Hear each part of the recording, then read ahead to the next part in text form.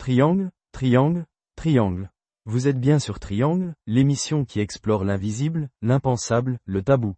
Bienvenue depuis nos studios parisiens, où aujourd'hui encore, nous allons lever le voile sur un sujet fascinant, un sujet qui a toujours intrigué les initiés et les curieux du monde mystique, la lévitation. Est-elle un simple tour de magie? Une illusion d'optique? Ou bien existe-t-il de véritables techniques permettant à un être humain de s'élever physiquement au-dessus du sol, défiant ainsi les lois de la gravité? Aujourd'hui, nous abordons un thème envoyé par Sékou, depuis Conakry, en Guinée. Il nous écrit « Depuis tout petit, j'entends des histoires sur des maîtres mystiques capables de léviter. Certains disent que ce sont des illusions, d'autres affirment que certaines pratiques permettent réellement de flotter dans les airs. Est-ce que la lévitation est réelle? Comment fonctionne-t-elle? Peut-on apprendre à léviter? Merci Sékou pour ta question. Si vous aussi, vous avez un thème qui vous intrigue, écrivez-nous sur WhatsApp au seul numéro plus 44 79 51 658 211. Mais d'abord, partagez, likez, partagez, likez, partagez, likez. Ce podcast va révéler des secrets que peu de gens connaissent, alors faites circuler l'information. Croquette de chocolat, dis-nous. La lévitation est-elle un mythe ou une réalité mystique? Ah, la lévitation, c'est l'un des plus grands mystères des sciences occultes. Certains pensent que c'est une illusion, d'autres savent que c'est une capacité bien réelle, mais réservée à ceux qui maîtrisent les énergies subtiles. Dans plusieurs traditions, il existe des témoignages d'êtres capables de flotter dans les airs, des moines bouddhistes, des yogis indiens, des maîtres spirituels africains, des prêtres vaudous. Mais ce que peu de gens savent, c'est que la lévitation est avant tout une technique énergétique et non un simple miracle. Tu veux dire qu'il y a une véritable méthode derrière la lévitation?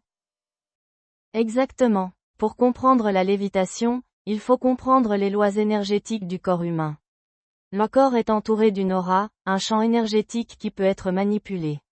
Certaines pratiques permettent de réduire la densité du corps et d'augmenter la force du champ énergétique pour le détacher du sol. C'est pourquoi ceux qui ont réussi la lévitation sont souvent des personnes qui ont passé des années à maîtriser leur énergie interne. Mais concrètement, comment fonctionne la lévitation mystique? Il y a 3 grandes méthodes connues pour parvenir à la lévitation. 1. La maîtrise du souffle et de l'énergie vitale, prana ou ki. Cette technique repose sur une respiration très précise et une concentration absolue.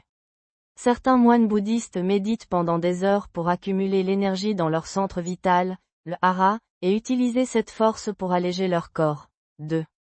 L'activation des centres énergétiques, chakras ou points vitaux africains, en particulier le chakra racine et le chakra couronne. Un déséquilibre peut rendre la lévitation impossible. Une activation correcte peut au contraire élever physiquement le corps. 3. Les formules et invocations secrètes. Dans plusieurs traditions mystiques, il existe des mantras et des prières spécifiques capables de modifier la densité du corps et de créer une force de répulsion avec la terre. Certains prêtres africains utilisent des incantations anciennes pour se détacher du sol lors des cérémonies. Mais est-ce que tout le monde peut apprendre à léviter? Pas du tout. La lévitation demande une discipline extrême.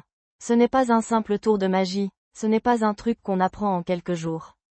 Ceux qui réussissent à léviter ont passé des années à entraîner leur mental, à maîtriser leur souffle, à élever leur vibration énergétique. Il faut aussi avoir une stabilité mentale et spirituelle irréprochable, car toute perturbation émotionnelle peut empêcher l'élévation. Mais alors, est-ce qu'il existe un exercice pratique pour commencer à expérimenter la sensation de lévitation? Oui, il existe un exercice d'initiation qui permet de ressentir la première phase de la lévitation, appelée l'allègement énergétique. Voici un rituel simple pour débuter. Mais est-ce qu'il y a des dangers liés à la lévitation? Oui, et c'est pourquoi ce n'est pas une pratique à prendre à la légère. 1. Perte de contrôle énergétique. Une personne qui ne sait pas gérer son énergie peut expérimenter une dissociation du corps et de l'esprit. 2. Attirance des entités invisibles. Certains esprits peuvent être attirés par la vibration élevée du pratiquant et tenter de le perturber. 3. Épuisement physique et mental. Une mauvaise gestion de l'énergie vitale peut provoquer une extrême fatigue après l'exercice. C'est pour cela qu'il faut toujours commencer avec un guide expérimenté et ne jamais forcer le processus. Voilà, vous avez entendu. La lévitation est une science mystique réelle, mais réservée aux initiés. Ce n'est pas un simple tour de magie, mais un véritable art énergétique qui demande rigueur, discipline et patience. Partagez, likez, partagez, likez, partagez, likez. Ce podcast est une clé vers des secrets que peu de gens connaissent. Vous aussi, posez vos questions dans les commentaires. Avez-vous déjà ressenti une sensation d'allègement pendant une méditation? Avez-vous déjà assisté à un phénomène de lévitation? Dites-nous tout dans les commentaires.